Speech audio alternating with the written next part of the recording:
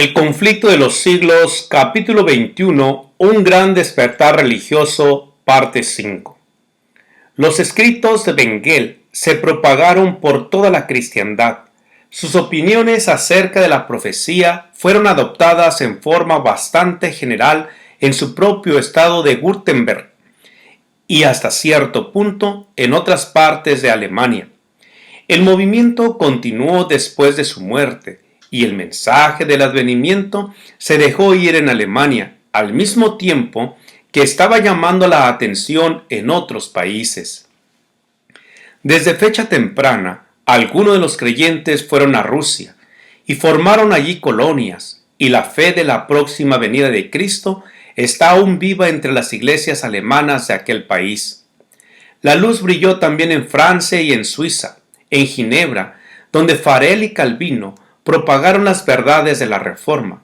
Gaussen predicó el mensaje del segundo advenimiento cuando era aún estudiante.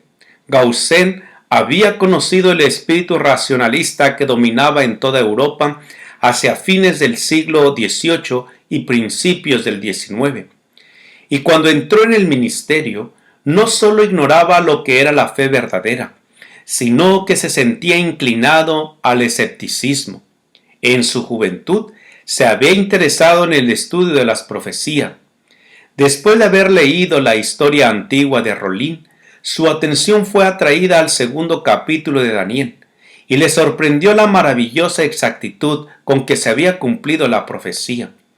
Y según resalta de la relación del historiador, había en esta un testimonio en favor de la inspiración de las Escrituras, que fue para él como un ancla en medio de los peligros de los años posteriores. No podía conformarse con las enseñanzas del racionalismo, y al dar estudio la Biblia en busca de luz más clara, fue conducido, después de algún tiempo, a una fe positiva. Al continuar sus investigaciones sobre las profecías, llegó a creer que la venida del Señor era inminente.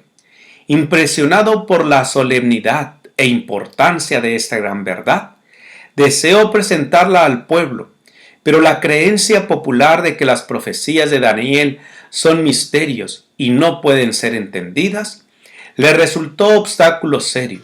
Al fin resolvió, como Farel lo había hecho antes que él en la evangelización de Ginebra, empezar con los niños, esperando por medio de ellos alcanzar a los padres. Al hablar de su propósito en esta tarea, decía él, tiempo después, deseo que se comprenda que no es a causa de su escasa importancia, sino a causa de su gran valor, por lo que yo deseaba presentar esas enseñanzas en esta forma familiar, y por qué las dirigía a los niños. Deseaba que se me oyese, y temía que no se me escuchara si me dirigía primero a los adultos. Resolví por consiguiente dirigirme a los más jóvenes.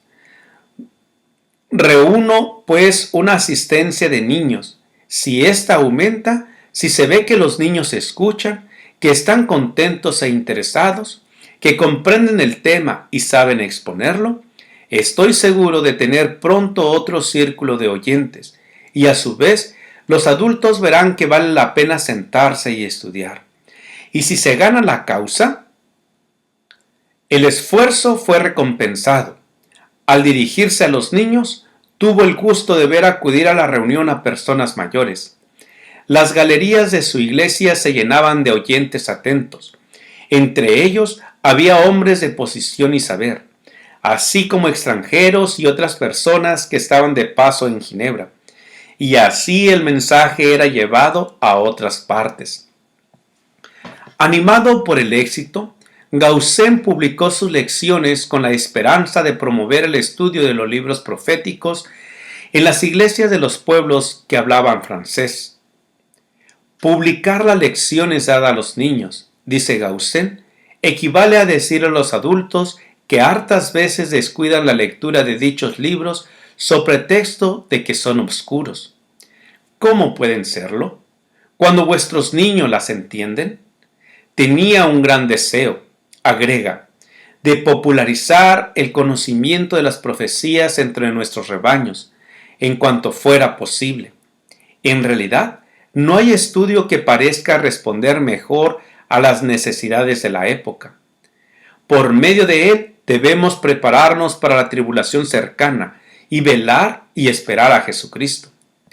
Aunque Gaussen era uno de los predicadores más distinguidos y de mayor aceptación entre el público de idioma francés, fue suspendido del ministerio por el delito de haber hecho uso de la Biblia al instruir a la juventud, en lugar del catecismo de la Iglesia, manual insípido y racionalista, casi desprovisto de fe positiva. Posteriormente, fue profesor en una escuela de teología, sin dejar de proseguir su obra de catequista todos los domingos, dirigiéndose a los niños e instruyéndolos en las Sagradas Escrituras. Sus obras sobre las profecías despertaron también mucho interés.